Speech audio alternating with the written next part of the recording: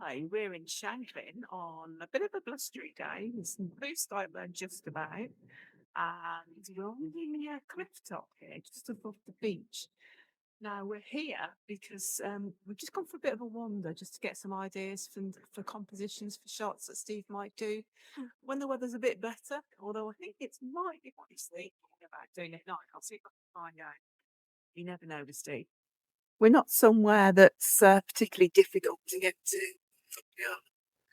Somewhere that you don't come very often. Somewhere that we don't come very often at all. So why are we here, Steve? What plans have you got for this location?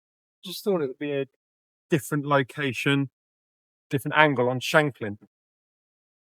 You keep the nose point there, Yeah, but the traditional shot, as you can see, yeah. this is a bit higher up. But I was thinking it's going to be totally better than the clouds seem to be anyway. I thought these lights were quite nice.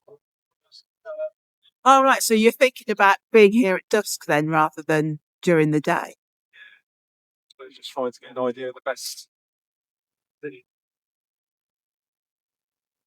So Just yeah.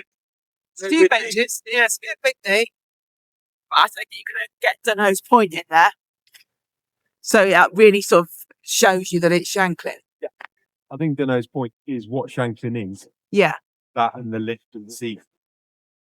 The path's quite nice. You can imagine yourself walk down the path on a summer's eve, sitting on one of the benches. The lights on all dusk and nice. Slightly different today. You never know. Hello. Well, it's 3 days later. It's night time.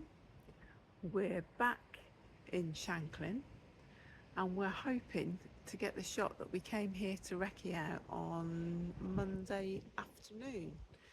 It's nice and calm tonight, a bit different to how it was then with all the wind. So hopefully this will work. Fingers crossed. Have a look, see what it looks like.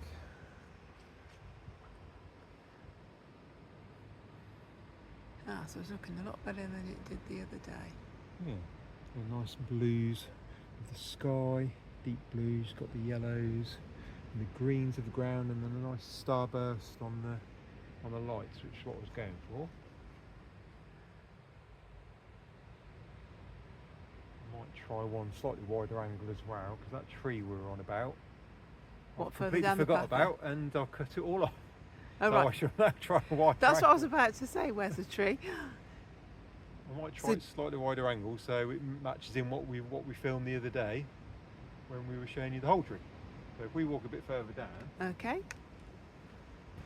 Right, so we've relocated a bit further down the path then. Yeah, only about 20 foot further down, the next light, that will still be the feature.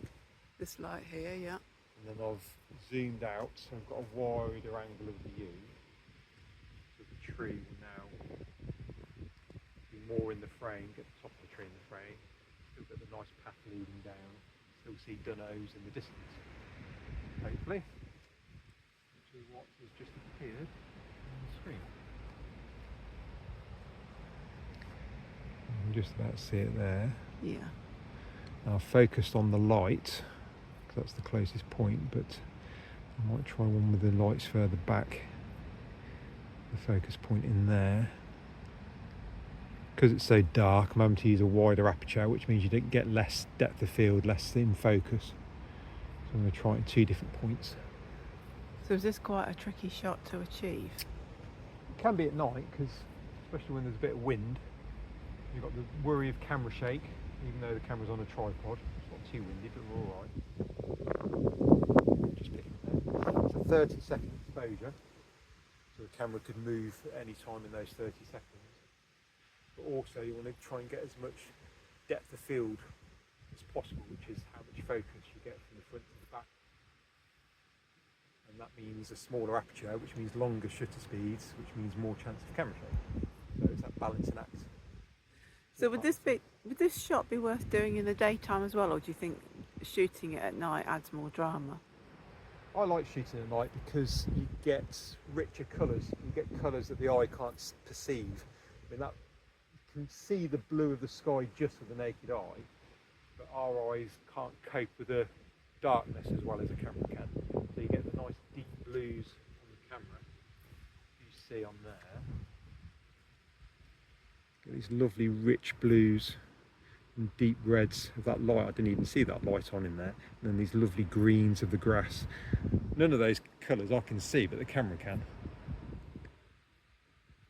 So I think it's a shot for the night time. Has a bit more mystery. Yes. I think also as well, this is quite a popular walking route, isn't it? I mean, we've seen quite a few people out here tonight. A lot of dog walkers about. So I think trying to shoot this during the day, unless it's really bad weather, which wouldn't be very conducive to a nice photo anyway, it's probably a bit of a difficult shot to get during the day. I really love these little patches of shadow you're getting under each light as well, which you'll see in the print, which we shall put in the video, hopefully, if we get anything. Fingers crossed. Looks like Steve's gone off for another shot. He's taken the tripod. I reckon he's going to try and do a long exposure of Shanklin seafront then, and try and pick out the details of Sandown as well. I can just make out the pier. I think as well with a long exposure you'll be able to see Culver Cliff on that shot if it works out. Can't see it with the naked eye. No doubt if we get something, Steve will post it on here for you to have a look at. This is what I love about nighttime photography, is I can't see anything over there at all.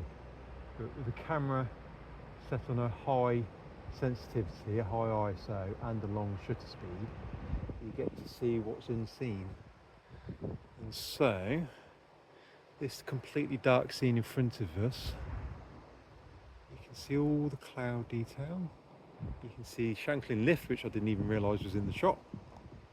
And then all the detail in the sea and the sky, and Culver Cliff right at the end there as well. I zoom in. You can see Culver Cliff and the mainland.